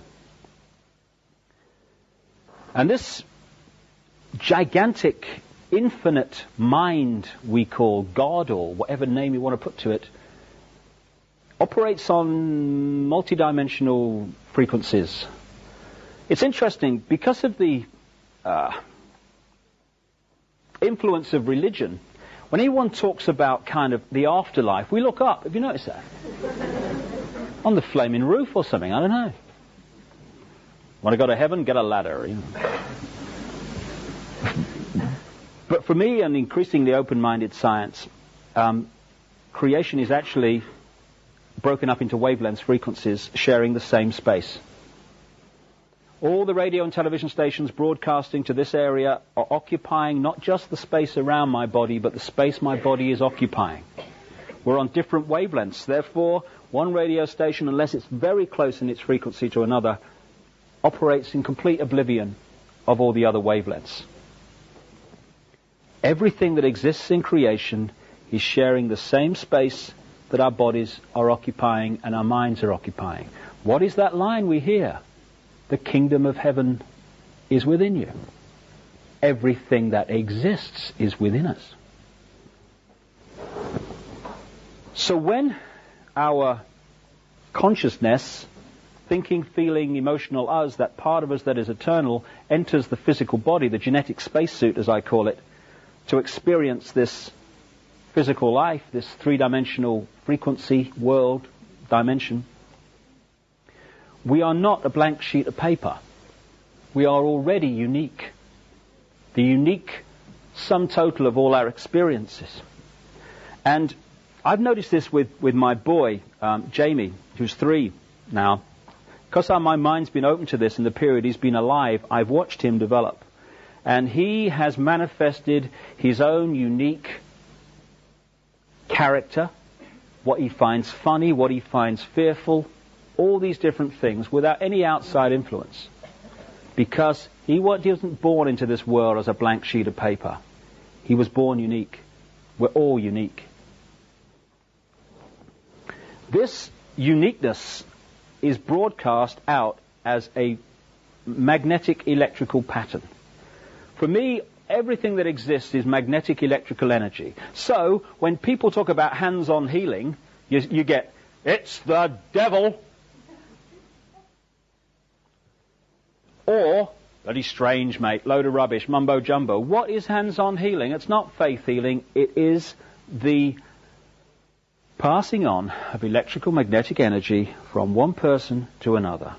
It's kind of interesting. I was reading a book recently called Where Science and Magic Meet, which was showing the scientific basis of the so-called paranormal, and it was pointing out that of the 285 standing stone circles in the United Kingdom still remaining, 235 are on the same types of rock, and they're all on or close to faults in the Earth's surface that produce a certain electromagnetic field. Because the ancients didn't know what they were doing, did they, you know? Because we're state-of-the-art now. So we're putting out this magnetic pattern which is unique to us. It is our sense of self. It is our sense of reality. There's an American comedian called Bill Hicks who summed up my whole attitude to life and everything really and what I'm talking about here in a wonderful line. He said, matter is merely energy condensed to a slow vibration. We're all one consciousness experiencing itself subjectively. There's no such thing as death. Life is just a dream, and we are the imagination of ourselves. And that, for me, is the key phrase. We are the imagination of ourselves. What we imagine ourselves to be is what we create as a physical experience, second by second by second. This magnetic electrical pattern going out we call vibes. You know, we have everyday expressions and words for this. We say, oh, I don't know what it was about that fella, mate. You know, I had a nice conversation, but got bad vibes from him somehow. Because the voice-to-ear conversation may have been quite pleasant, but there's something we're picking up on a subatomic energy level which doesn't sync. Get bad vibes, mate. We have a word which we use all the time, atmosphere. What is atmosphere? Atmosphere is the energy field of a room that has been turned to be negative, exciting, or positive, or happy, or whatever, by the thought patterns, the vibes, the imagination of themselves, of the people involved. People go into an old house where there may be a lot of negative events, or they go to the site of an ancient battle, and they go, ooh, tell you what, mate, ooh, it's eerie here. Ooh, don't like it here. Something about it. We're picking up the energy, negative in that case, that has been created in that state by the vibes, the thought patterns of people who have gone through negative events there. Atmosphere, football matches, sports occasions. You could touch the atmosphere, mate. The excitement was amazing. What is excitement? What is this atmosphere? It is what people generate on this vibe level. So, as these vibes we're putting out, these unique patterns are magnetic. They are pulling in constantly other energy fields, which we know better as people, places, ways of life, experiences. In this way, second by second, we are creating as a physical event, physical experience, an exact replica of our subconscious imagination of ourselves in the people, places, ways of life we experience. We are creating our own reality. When I look back at my own life from this perspective, it is amazing that whatever my physical experience has been through my life, it has been a replica of my imagination of myself at that time. Until relatively recently, I was angry, seriously angry. I didn't know why I was angry, but I was angry. I now kind of looked at it. I realized I was angry about my childhood, angry about my father, but I was angry. My life through that period was a series of angry confrontations. Because even if I was in a bar or in a room and I was kind of physically appeared to be relaxed, got a drink or something, my anger is still going out as a vibe, even though I appear to be quite relaxed at the time. I tell you, anyone who'd had a bad day, I got them. Anyone that was feeling a bit wound up, I got them. I was the person they picked out in the room. And my life was a series of angry confrontations, which created this kind of cycle. I got angry. I felt guilty for getting angry, which made me more frustrated, which made me angrier, which made me have more confrontations, which made me feel guilty, and so it went on, down. And after a while, I thought, hold on a second. Do you know there's one common theme between all these angry confrontations? And it's you. What gives? And I started to look at myself in a different way. I realized that I was angry because most of us are and we don't realize it. And I started to let it go. Interestingly, just acknowledging the anger often lets it go. And I started to like myself. My goodness me! You're not supposed to do that, have you? You're not supposed to love yourself. It's actually a form of putting someone down. Oh, he loves himself, he does. You can't love yourself. You've got to be humble. And it's a term of praise now, isn't it? Do you know, he's ever so humble, you know, he's always putting himself down, but he loves the world. No, he doesn't. We can only love out there when we love in here, because we can't give out what we haven't got. And we are pressured all the time to feel bad about ourselves, to have a limited imagination of ourselves. Therefore, we create a limited physical experience. When I started to let this anger go and like myself, love myself, oh my goodness, call the police, my life changed. Because I started to respect my right to be me, and not what other people were insisting that I should be to conform to some mythical right and wrong. And once I started having that feeling about myself, I started to attract into my life people who love me not for what they want me to be, but for what I am, whatever I am is. And that's just a reflection of the way I see myself. I am creating a different reality. Friend of mine, lovely, lovely person, and I hardly exaggerate when I say she starts virtually every sentence with the words, "The problem is, though." This lady sees life as a problem. Her life is a series of problems. So I said to her, last time I saw her, "What's up?" She said, you don't look too happy." She said, "I'm fed up." She said, "I'm useless, me." She said, "I'm a useless wife. I'm a useless mother. I've got no ability. I've got nothing to contribute. I'm useless, I am. Fed up." I said, "Well, what's brought this on now?" She said, "Well, I'm fed up." She said, "Everyone's putting me down." I thought, no. You are putting you down. Your imagination of yourself is that you are useless. And this lady is surrounded by people in her life who are constantly putting her down. And she's pulled them in because she has created her imagination of herself as a physical experience. One of the great ways this works is we attract to us what we most fear. Because fear is not only a great controller, the great controller of the human race, it's also the great limiter of human evolution. Because whatever the area we fear relates to, we keep out of there, don't we? I mean, we don't kind of go in there and think, "Oh, I'm going to sort that out." We go, "Oh, no, I'm going over here, thank you very much." So what we do is subconsciously bring that in so we face it and move on. When I was a kid, I was terrified of dogs, me. Terrified of them. I lived in this big council estate in Leicester. It was over here. Over here were the shops, and there was a bit of green between them. You know, like a common, you know? Whenever I walked across that common, I'm surrounded by them. Rope, jumping up at me, and oh my God. What do we say in those circumstances? Why, I'm so unlucky, me. Of all the people for it to happen to, it happens to me. I go to my mate's house. My mate had this really docile dog called Prince. I walk into his house, he takes a bit out of me coat, this thing, you know. My mates go across that green. They're not frightened of dogs. The dogs completely leave them alone. And when I'm a kid, I'm thinking, I'm so unlucky, me. Why me? Of all the people for it to happen. But what I was doing was pulling in what I most feared to face it. As a result of walking through and facing that, I'm no longer frightened of dogs. Interestingly, I say until relatively recently, the things that probably terrified me most were going to the dentist, flying, and speaking in public.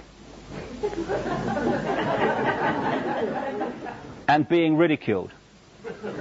Which has never happened to me, has it, in this country, you know?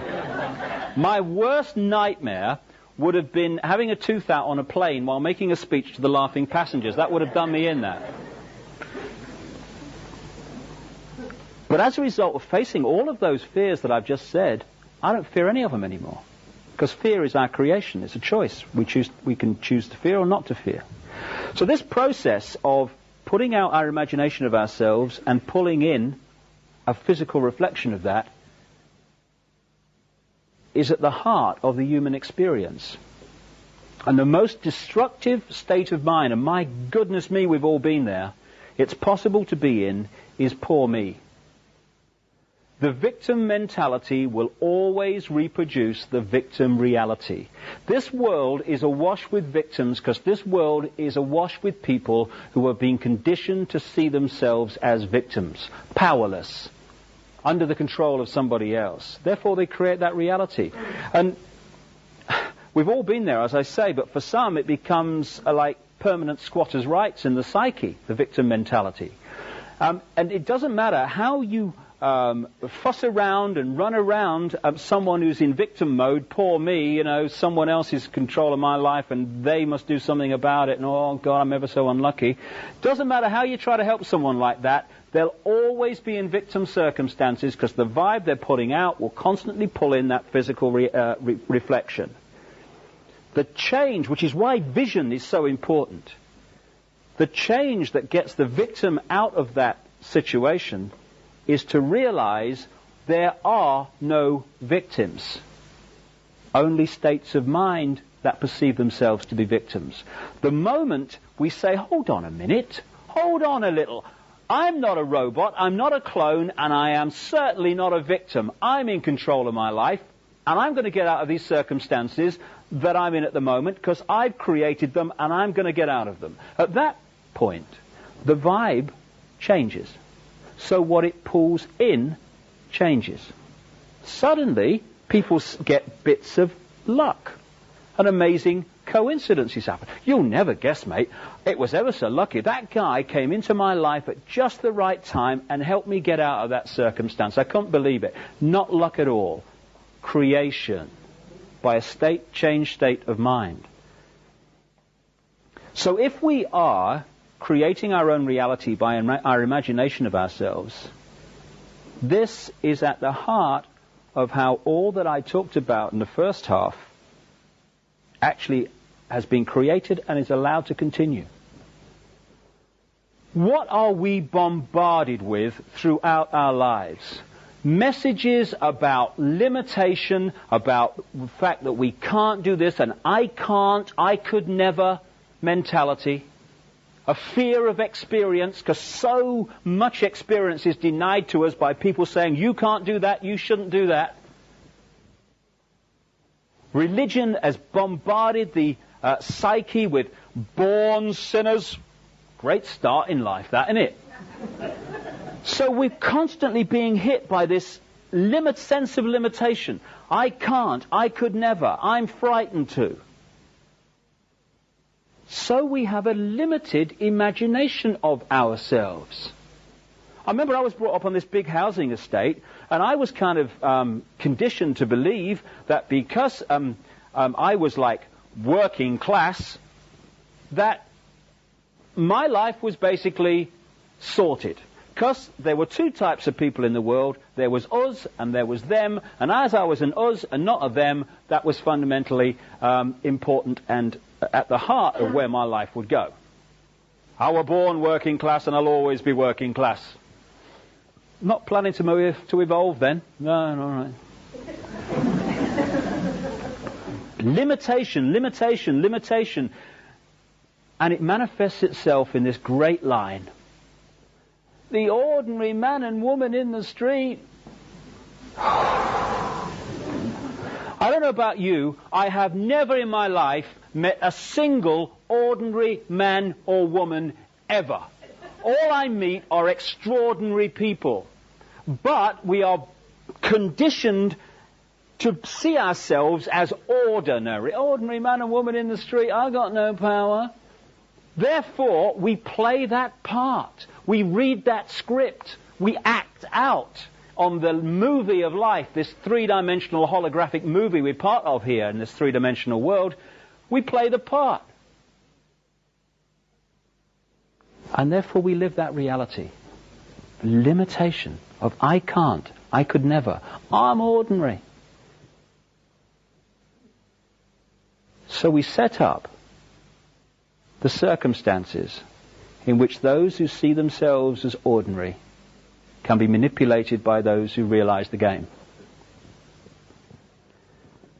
What I've sort of seen in this hassle-free zone that I talked about at the start, the hassle-free zone is also a pyramid. I was kind of interested to be invited last summer to the memorial service for the British comedian Larry Grayson, who I knew quite well for a short time. Very funny man. Something was said at that event which really sums up what I'm saying.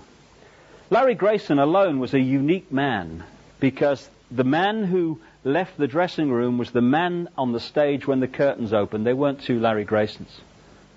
I remember him saying once, anybody watching this kind of video in another country, I'll give you an idea of Larry Grayson. He was I saw him once on a stage. He said, last week, he said, I was all stiff down this right-hand side. He said, it was here. Ooh. He said, this week, he said, I'm all stiff down this left-hand side here. He said, I can't wait till next week, can I, Oh, she's got it, look. Anyway, that's Larry Grayson. Great guy. Another comedian, Roy Hudd, did a presentation of Larry's life at this memorial service, and it overwhelmingly took the form of a story that Larry Grayson had told him of something that had happened when he was going around the variety halls of Britain years and years ago. And Larry was saying that he was in this all-male show, see, and there's one woman in it, and that's Larry Grayson dressed up, because he used to do that sort of thing, And he said the producer of this show, he says, was very patriotic, he said. So the big finish was Rule Britannia, Rule Britannia, Britannia rules the waves. Past the sick bag, And actually I said that in Portsmouth the other week, didn't go down well at all. Anyway, so what they had, this big finish, Rule Britannia, and he said what happened was all the men came on dressed as sailors, started singing, and then as the music built up, they all got in each other's shoulders on the stage and they formed this pyramid, leaving a flat bit at the top. On walks Larry Grayson then, dressed as Britannia, long gown, sword, shield, helmet, And he gets manhandled up the top of this pyramid and he's on the top there, for the big finish. Well, as Larry Grayson said, one night, he said, things seemed to be going rather well, he said. Then I noticed, he said, that the sailor in the bottom left-hand corner had got rather a cough, he said. And he came out with a great line. He said, and as any ancient Egyptian will tell you, that is a rather important point on the pyramid. So, this guy's eventually coughed his guts up, hasn't he, And he's fallen out of the pyramid. So what's happened? The stage is awash with tumbling sailors. Larry Grayson apparently is in someone's lap in the second row. Oh, hello, dear. How are you? All right, yeah. Now, what has happened here? Larry Grayson, symbolic of the few who control the planet, has not done anything. An ordinary man and woman in the street has got a flaming cough. And the whole thing's come down because we have been conditioned to forget where the power lies in a pyramid. It's not up there, it's here. But because we think it's there, we have created that physical reality of a pyramidic system. People say, oh, those people, that elite, that global elite, they're very powerful, aren't they? No! The power that is used to manipulate the human race day after day is merely the power the human race gives away day after day. That's all. So there we are in this hassle-free zone pyramid, right? And everyone's on everyone else's shoulders and these different levels in the hierarchy of society. And each level saying to the one below, don't you move, you stay where you are, I'm depending on you. If you walk out of there, the whole system will be collapsed, it'll be chaos, there'll be, hunger and, it'll be terrible. So, all right, I'll have to stay here. And each level of this pyramid, everyone else is terrified into stepping out of it and getting a cough because they're terrified of the consequences of not being in this prison.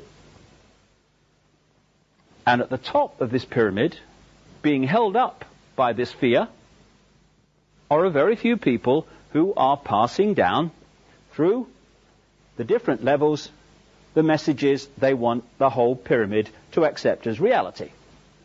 Like anyone who's not into religion or science is into spirituality and metaphysics and seeing that we are actually Very different to what we've been portrayed as, we're not slabs of meat, we are multidimensional consciousness.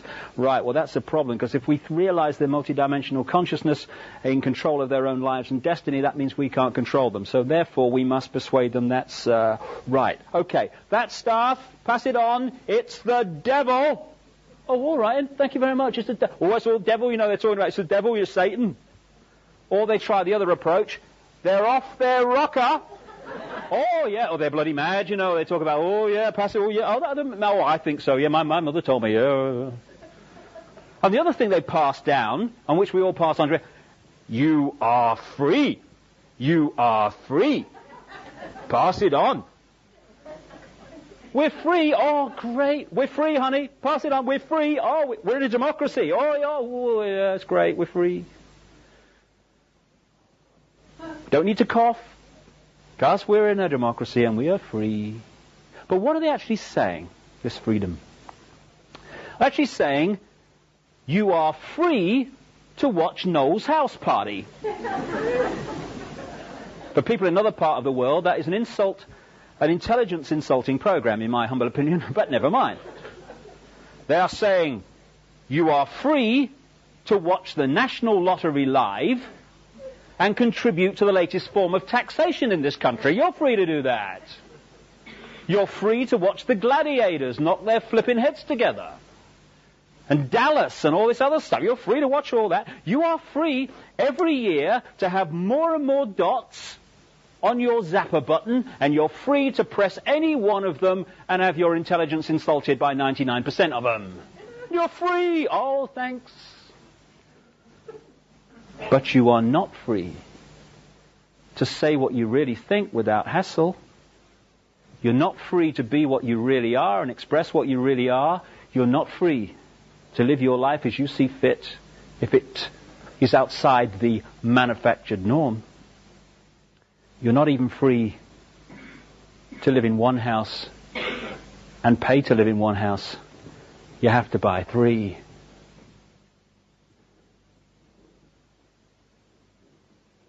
Three things for me would change all that I've talked about tonight and make it impossible and would turn this prison into a paradise. It doesn't take one new political ism, not one smoke-filled room, not one terrorist freedom-fighting organization, what a contradiction in terms, to change this world to a paradise. It just takes each of us to be who we really are and to express that uniqueness. It needs us to get a cough and step out of this nonsense. Those 3 things are to respect our own right to be unique and to express that uniqueness. Crucially, to respect everyone else's right to be unique and express their uniqueness. And thirdly, that no one ever seeks to impose what they believe on anyone else. At that point, we'd have a great explosion of human potential being unleashed from the prison of fear where it's spent so long. But because no one seeks to impose what they believe on anyone else, free will is not denied. Once we respect our own right to be unique, we cease to be a slave to imposed thought and behavior. Once we respect everyone else's right to be unique, we cease to be a police force of the hassle-free zone and all the other slaves. And if we don't seek to impose what we believe on everyone else, no one's free will is denied. And what a difference that would make. If you take the symbology again of the herd of sheep. Hundreds of sheep across that hillside. Farmer arrives in the pickup truck, gets out, stands there on the stick, wagging the eyelids. 1 or 2 or 3 of the sheep start to walk towards him. But now, the sheep mentality is very different. The other sheep are not following the one in front. They're celebrating their uniqueness. They're following their heart. They're expressing who they really are. So they're saying, that's interesting, old Fred and Ethel's sheep going over to that bloke on the stick, that's interesting. Do you know they do that every day at the same time? Very strange. But me, no, my heart, this is right for me. I'm going over here, I'm told it's ever so good, there's a lot to learn over there, a lot to experience, that's where I'm going. And the other sheep says, oh, that's good, I'll have a word with you later, see what went on. But I'm going there, and I'm going there. What on earth does the farmer do? Because now it is mayhem from his point of view. Because the bar mentality has disappeared. And all the other sheep are saying, you have every right to go over there. As long as you don't interfere with me, that's great. Same with you, same with you. So the farmer might, at that point, symbolic of this global clique, he might then fall back on Old Faithful. We'll frighten them to death. Get them flipping sheepdogs out. Rah, rah, rah, rah. And now, the same sheep that are expressing their uniqueness, because they're now in their own power, and they know that they are infinite in their power, because there are no ordinary men and women in the street, just extraordinary people. Because they're in their power, they realize that fear is their creation. And fear may be stimulated out there, but we choose whether to fear or not. Nobody else. It's just a choice. Everything's just a choice. So, it's, excuse me, go and have a bowl of water or some dog food or something, on your way, not interested, not going to be frightened into conforming to what you say I should be. All that's happened in that example is that the sheep have let go of fear.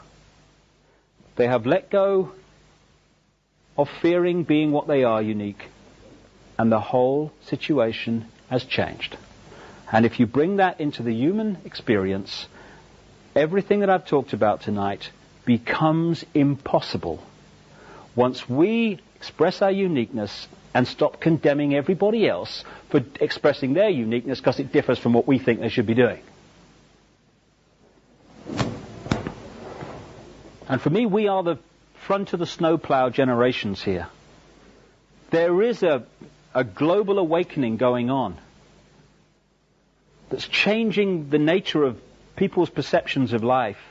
When I look at people, I see them standing symbolically in an eggshell. Inside the eggshell is that very narrow area of our consciousness that we actually operate on in this three-dimensional world. And that very narrow area, first gear as I call it, is a doddle to manipulate by messages hitting us through the eyes and the ears constantly. Outside of the eggshell is our multidimensional consciousness, not some other external entity, our own multidimensional I going on into infinity. An infinity of love, understanding, wisdom, knowledge. Because, people say you have to seek enlightenment. I don't agree with that. Enlightenment's never gone away. Enlightenment is sharing exactly the same space as ignorance. It's just on a different vibration, that's all. What I feel, my view anyway, we need to do is not seek enlightenment, but remove the barriers that are keeping enlightenment out. And that is the eggshell. An eggshell made up of fear, guilt, resentment, lack of self-esteem, I can't, limited imagination of ourselves. Fear. And when that starts to crack, and it's cracking for more and more people, multidimensional self starts to get access to reconnect with first gear self. And at that point, we start to perceive ourselves and life very different.